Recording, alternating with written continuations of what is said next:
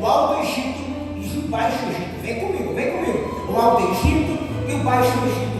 E essa população cresceu porque aquele rio era muito fértil, tinha localização, era muito fértil. Mas havia uma grande rixa entre o Baixo Egito e o Alto Egito. Mas no ano 3200 a.C., houve um imperador chamado Nessos. E Nessos era do Baixo Egito. E ele deu um confronto direto. Ele consegue unificar tanto o Baixo quanto o Alto Egito. Ele foi titulado como o primeiro faraó, porque naquela proporção da época eles acreditavam que os faraós eram diretamente escolhidos por Horus, o deus dos céus, o deus da lua. Então este nome, chamado Nessos, vai fundar literalmente a nação egípcia. O Egito vai estar completamente disperso em uma grande nação, uma potência. Primeiro, a agricultura era muito forte. O faraó detinha todo o poderio ibérico, não existia nação como aquela. Mas no capítulo 37, Deus trouxe uma visão além do alcance. Ele vai ver que haveria um período de crise em Israel. E nesse período de crise, eles clamam por José para José sair daquela região e chegar até o Egito. Você pode estudar todos os séculos, até o capítulo, todos os séculos, não existe nenhum. O poderio ibérico do Egito, obreiros, era um poderio que ficava na mão de Faraó. Isso assim passava para o seu filho ou para a sua filha até ela casar. Não existe na história do Egito nenhum governante comparado a ele. Só na Bíblia, Deus criou exclusivamente um cargo que não existia para colocar José e alinhar ele ao propósito dele naquele dia. Você pode estudar Lexis, Lobo, todos os homens, todos os faraós que passaram na história. As Cleópatra, Ciente, que foi a primeira faraotisa que ficou, nenhum teve um governador, porque ele era considerado um Deus. Mas aqui, Deus criou um cargo que não existia. Para não melhorar isso aqui, Deus, se for necessário, ele tira posições, ele cria posições só para honrar a palavra que vai ao seu povo.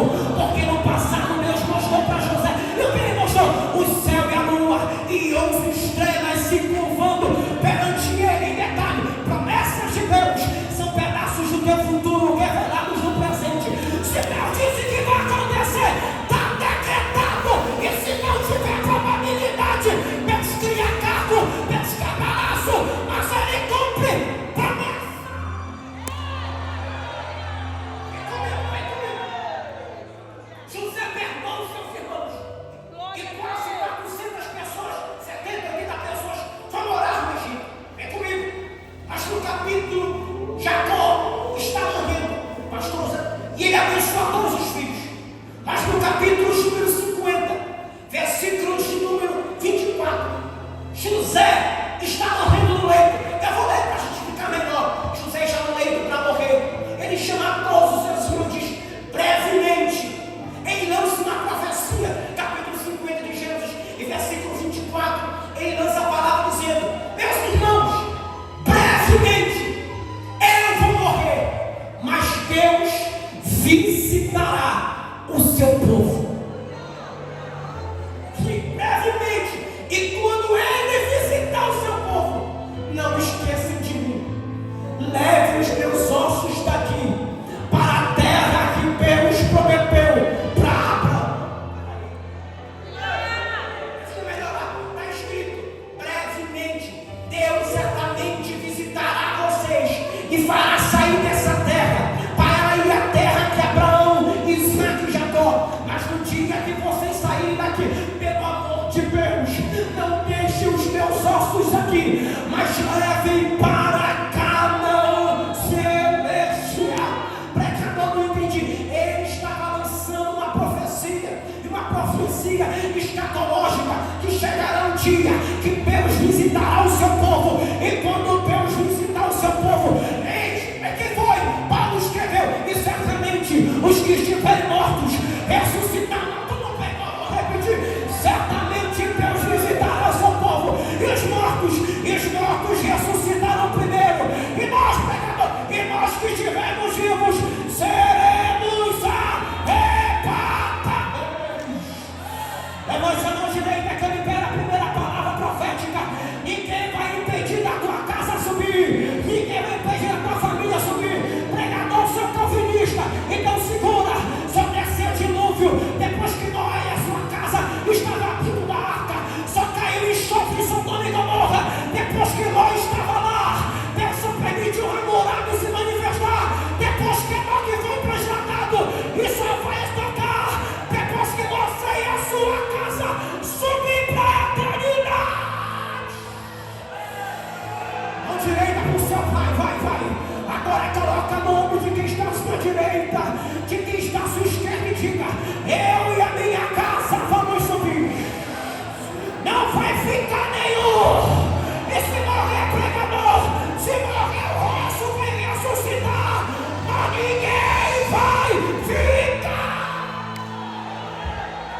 Quem tem glória para adorar, vai.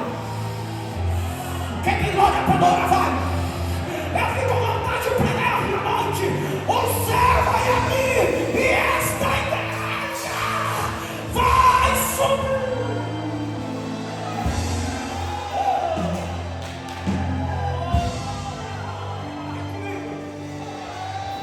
É liberada a profecia que Deus visitaria o seu povo. Este capítulo 1. 430 anos Israel fica oprimida pelo Egito. Tanto que Deus fala em Isaías: o Egito eu chamei de meu filho, porque guardou o meu povo do grande trono branco, da grande tribulação. Deus guardará o Egito, porque guardou também o seu povo. É profético. Mas o interessante nesse texto é que a profecia levou anos. E os faraós, os 4 faraós se levantaram e esqueceram da história de José. E a população era quase 2 milhões de habitantes. E nesse percurso, eles estavam subjugados pelo Egito. E eles se multiplicavam. E eles davam pepino, água e água. Pepino, água, e eles trabalhavam compulsivamente. Eles tinham uma engenharia terrível no Egito. Tanto que até hoje não se sabe como criou aquelas pirâmides, como levar aquelas pedras. O Egito é fantástico. Mas Israel ficou subjugado, sabe? O interessante é que Deus vai visitar o seu povo. E o texto diz que subiu diante de Deus a maldade e a tristeza do povo. E o texto diz que Deus se lembrou do seu povo. E da família nasce uma criança. E esta criança, ela não tem nome. Vou tirar uma dúvida para os irmãos entenderem. Moisés não tem nome quando nasce. Joquebede não dá um nome a Moisés. E Moisés não é nome judeu. O pregador podia errar. Moisés significa literalmente, transliterado para o português, tirado das águas. Mas se você repetir o nome Moisés, Isis, na verdade era a cultura da época, a função de 2 deuses, que um tomava conta do judeus. Mas vamos para cá para a gente entender bem esse texto. Joquebede vai ter um filho. E ela vai esconder este garoto. Mas Joquebede percebe que o garoto crescia. E foi Moisés que escreveu esse texto. Então ele puxou sarjento para o disso. E o garoto era bonito, crescia. Homem é terrível para se elogiar. Foi ele que escreveu mesmo. E o garoto crescia, que o garoto era bonito, que já não podia se esquecer, já não podia se guardar. Então Joquebede não é louca. Como você ouviu na historinha e viu dos pregadores, eu vi pregadores renomados colocar que ela jogou no Nilo e jacaré. Não está na Bíblia, mas o que está escrito? Que ela pega um cesto, ela forma um cesto de betume, coloca Moisés dentro do cesto e coloca, capítulo 3, capítulo 2, entre os juncos do lado do Nilo. Vou repetir para ficar na sua cabeça. Ela não joga o garoto no rio, ela coloca ele no rio sim, mas no canto, entre os juncos do campo. Ela não era doida de jogar, mas ela coloca um lugar estratégico, no local aonde a filha de Faraó, segundo a mitologia, provavelmente o Faraó dessa época era Ramsés I, e Ramsés I tinha uma filha chamada Elisbut. Tinha essa filha, ela tinha um problema questões que ela não teve herdeiros, não teve filhos dela. Na cultura egípcia, eles tinham a cultura que acreditavam que o rio era o centro dos deuses, 7 ovos deuses. Então, todas as finalidades, as mulheres que tinham problemas de ovário, de útero, elas desciam ao Nilo, na esperança dos deuses atribuir. Porque na mitologia, um dos deuses brigaram 7 ilhas, e ele arrancou os testículos dele e jogou sobre o Nilo. E por isso a fertilidade sobre o Nilo. Então, a filha de Faraó vai entrar nas águas para tomar banho. E quando ela entra, as moças vão ver. Mas quem vê não é as moças que estão enxergando. Deus é tão especialista que quando Miriam fica de longe para ver o que aconteceria, ela é colocada no lugar estratégico. Quando a filha de Faraó desce, ela vê. E o que é que ela vê? O cesto. Mas quem é que pega? É as servas.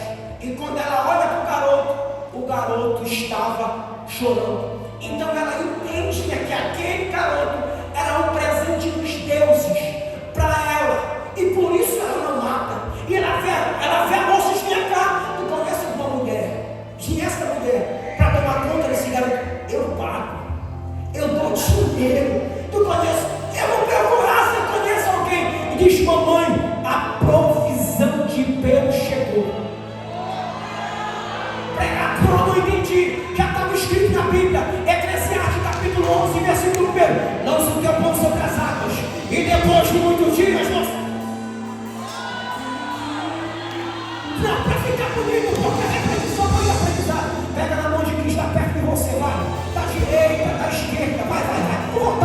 e diga: lança o teu plano, lança o teu projeto, lança a tua fé nesta noite, porque vai chegar o tempo que vai voltar para você.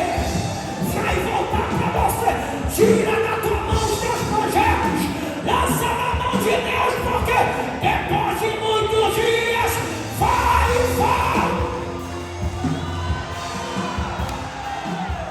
Deixa eu ver quem acredita nesta noite. Vai voltar.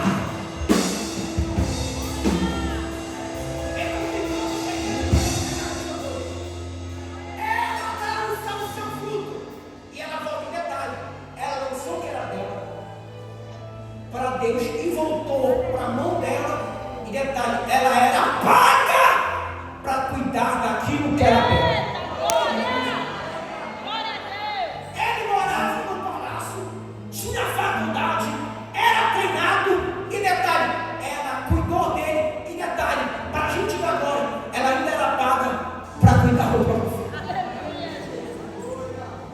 E se alguém tentasse matar, ele bastava dizer: sou neto de Faraó.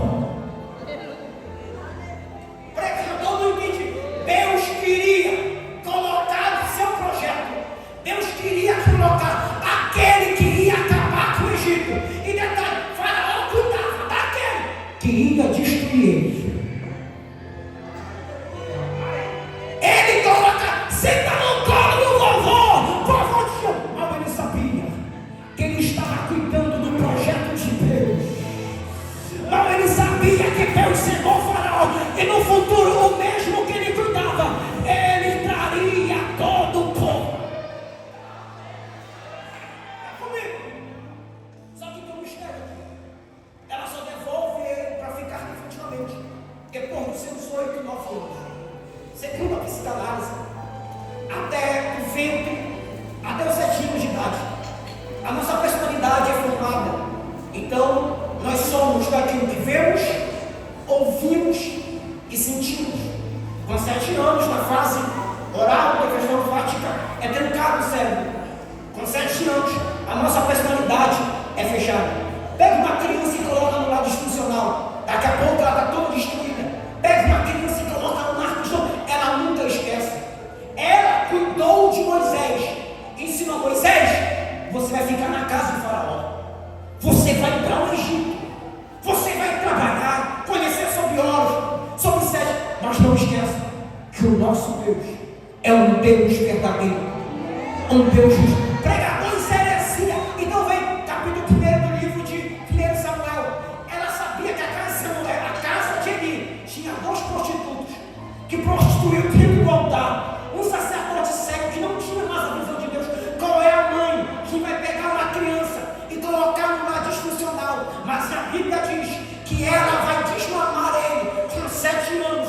Ela colocou na cabeça dele: você vai para lá, mas é para fazer diferença. Você vai para lá e vai mudar. Você vai para lá e não vai se corromper. Você vai estar indo em prostituto, mas tu não será prostituto. Tu vai estar indo na luz, mas tu não será na luz. Quando ela chega na casa, ela disse: eu trouxe o meu voto. Aquilo que eu lancei no altar de Deus voltou para mim, mas eu estou lançando no altar de Deus.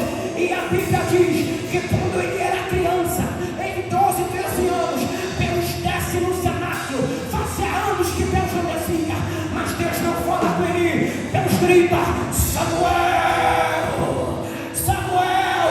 Ele não conhecia a voz de Deus e disse: ele me chamou. Ele disse: não, volta a dormir. E ele disse: Samuel, Samuel. Pregador não me entendi. Deus, quando quer maltratar alguém, Deus é especialista. E olha a maldade de Deus em parábola para você entender.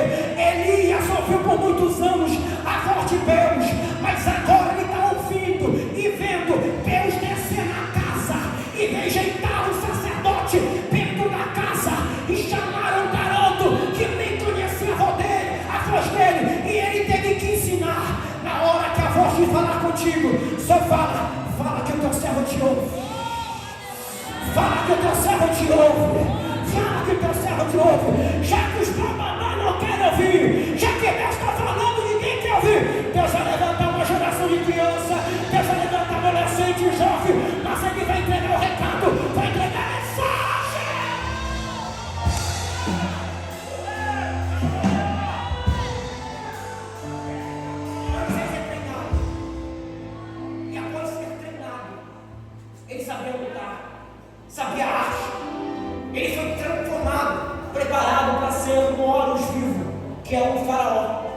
Mas no capítulo de número 3, ele vai matar o egípcio. E quando ele mata, ele enterra o egípcio. E depois ele quer dar uma lição de moral. Mas tudo que a gente esconde, uma hora ou outra vem à tona. Eita, não, você não pegou isso aqui. Tudo que é escondido, uma hora ou outra vem à tona. Ele mata e esconde dentro da areia. E quando ele vai desapartar, dois gritos: ei, você quer fazer como fez com a gente? Como fez com aquele homem? Moisés corre, Moisés foge e Moisés se esconde por 40 anos dentro do deserto. E aqui eu quero rapidamente pregar, rapidamente, já vou encerrar. Mas Moisés passa 40 anos no deserto. Ele está numa casa que não é dele, numa região que não é a família dele, mas ele casa com uma moça ali. Ele herda um cajado, um soldo. Ele, no capítulo de número 3, Deus quer chamar Moisés. Deus quer trazer Moisés para perto dele. E existem algumas fases quando Deus, no paradoxo de Deus, em uma chamada, Moisés está apacentando o rebanho junto do seu sogro. E o texto diz, no texto que lemos, a primeira lição para a gente entender é que Moisés vai ver uma sarça. Mas sarça é muito comum nas regiões, nos biomas de deserto. Sarças arbustos de 1 metro, 1,5 metros, no máximo, são espinhosas. E elas compõem uma composição química. Em contato com graus de temperatura de 40 a 35 graus, elas pegam fogo, suas folhas. Mas o fogo não dura menos de 15 a 30 segundos. Ela pega fogo e acaba. A primeira lição que nós aprendemos nesse texto é que Moisés está apacentando e ele vai ver uma sarça pegando fogo. Mas até então, uma sarça pegando fogo era normal para Moisés. Ele já viu muita sarça durante 40 anos no deserto. Mas o que chama a atenção de Moisés não é que a sarça pegava fogo. Mas o que chama a atenção de Moisés é que a sarça pegava fogo e ela não se destruía. Vem comigo. O que chama a atenção de Moisés não é o fogo. Porque pegar fogo, todo mundo pega.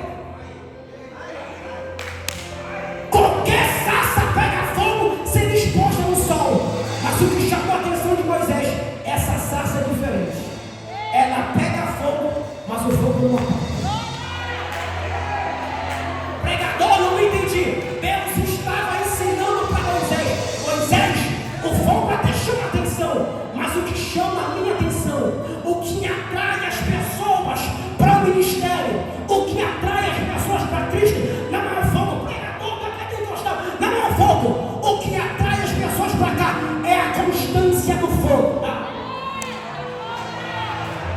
Tem uma galera que pega fogo, mas depois apaga, e é só ano que vem, só tudo que vem. Mas tem crente que não depende de culto, não depende de campanha. Ele pega fogo em janeiro, pega fogo em fevereiro, pega fogo em março, abril, chega o veraneio, ele não cai, não larga Jesus, está pegando fogo, chega dezembro, pegando fogo, passa o ano, pegando fogo. Deus está farto de sarça falsa sarça, que só pega fogo e apaga. Deus está esperando uma geração constante, que pega fogo segunda, pega fogo terça, pega fogo quarta, pega fogo. Cadê as sarças de Deus esta noite? Se tu não